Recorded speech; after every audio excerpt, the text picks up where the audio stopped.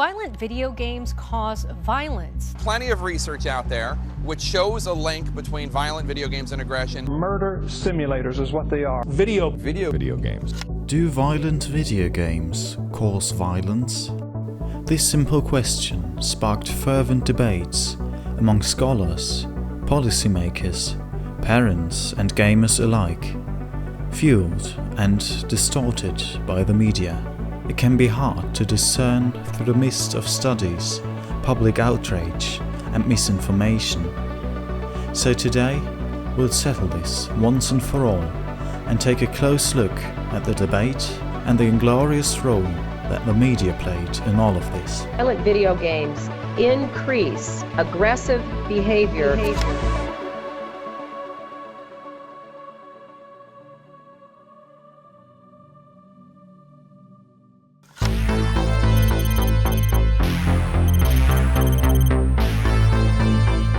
The debate of violence and video games dates back to the origins of video games themselves. Some of the earliest arcade games, like Shark Jaws by Atari or Death Race, were accused of being too violent. In Death Race, for example, you'd drive a car and run over gremlins. The game cabinet was designed with a clear death-focused theme. It captured the attention of an Associated Press writer, whose criticism reverberated through the media. And this right here was the gameplay.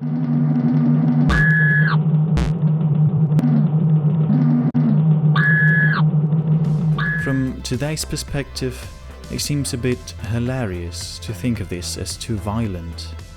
In the 90s, Mortal Kombat was the focus of several controversies regarding its depiction of violence.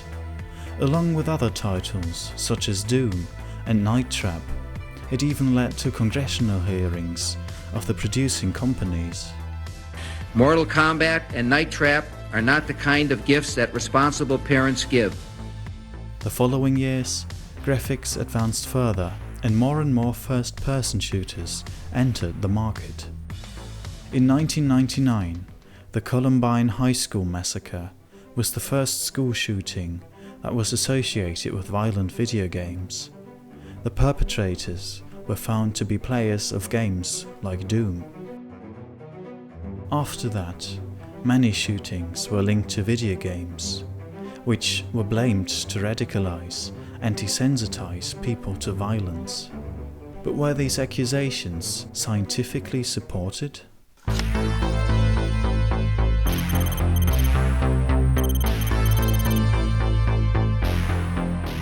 The scientific literature is not very homogeneous on this topic. Some studies find correlations between violent video game consumption and aggressive behavior. Others find no significant correlations. One of the first studies, from 1998, found that video game violence in the short term led to more hostile cognitive tendencies. After subjects were randomized to play either non-violent or violent video games, they read stories in which characters behaved ambiguous. When asked to explain the behavior, participants in the violent video game group provided more negative interpretations. Another study from 2003 found that exposure to video game violence was associated with lowered empathy and stronger pro-violence attitudes, while another study from the same year found playing video games to be associated with a reduced aggression. Because of these different findings, there is a huge number of meta-analyses which aggregate individual studies. Unfortunately, meta-analyses are still reaching differing conclusions. An analysis from 2001 found a significant positive correlation between violent video games and aggression, but one of the latest meta-analyses from 2020 found no evidence for links between playing violent video games and later aggression. The big point here is that correlation is not causation. This often quoted statement is very important here, because even if studies find a positive correlation, and because of this the media titles video games that lead to aggressive behavior, this is scientifically wrong. You see, while one way of viewing it is that people play violent video games and therefore become more aggressive, the following explanation is far more likely. Some people have aggressive tendencies in their personality.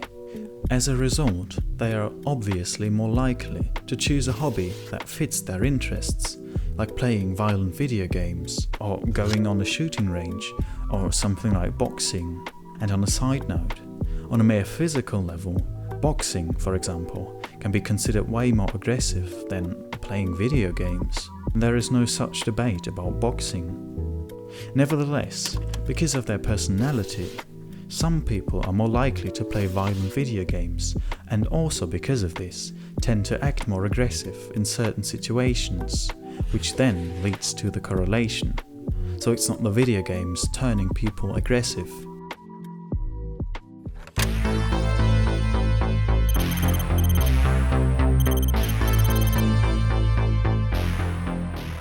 The violence and video games debate can be described as a social phenomenon called moral panic. It's a widespread feeling of mostly irrational fear that an evil person or thing threatens the values or well-being of a society, usually aggravated by the media. In this article from 2008, Christopher Ferguson outlines the so-called moral panic wheel.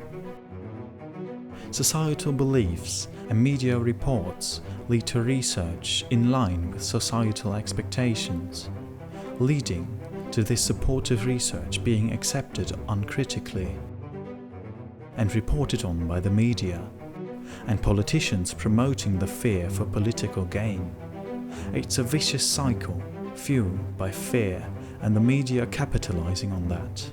There are numerous examples of moral panics in history, like the fear of communism called the Red Scare in the US, or the so-called devil's music, a term that many music genres over the years were labelled with, from blues to jazz to rock and roll and hip-hop, because of concerns that the music would corrupt the younger generations.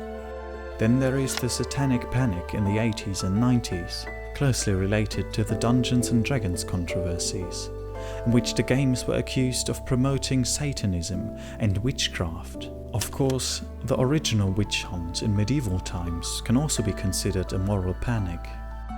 Pinball machines were associated with gambling and labelled a tool of the devil by religious groups in the 60s.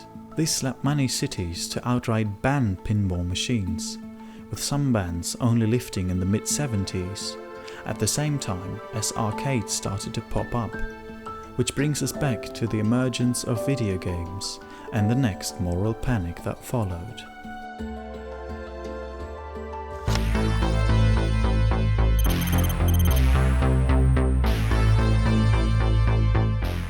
In summary, it can be stated that there is no solid scientific evidence that violent video games actually cause violent behavior. While it may be true that violent content in general can desensitize people to some extent, the same is true for movies, for example. In fact, to put things into perspective, violence in entertainment is not a new phenomenon that corrupts modern society and that came with video games or even movies. I mean, just ask the Romans about literally watching people kill each other for real in giant stadiums. In debates following mass shootings, video games were often just a scapegoat, which distracted from bigger, structural issues. And as a medium of entertainment, video games are as diverse as any other. From violent and action-focused to calm and peaceful.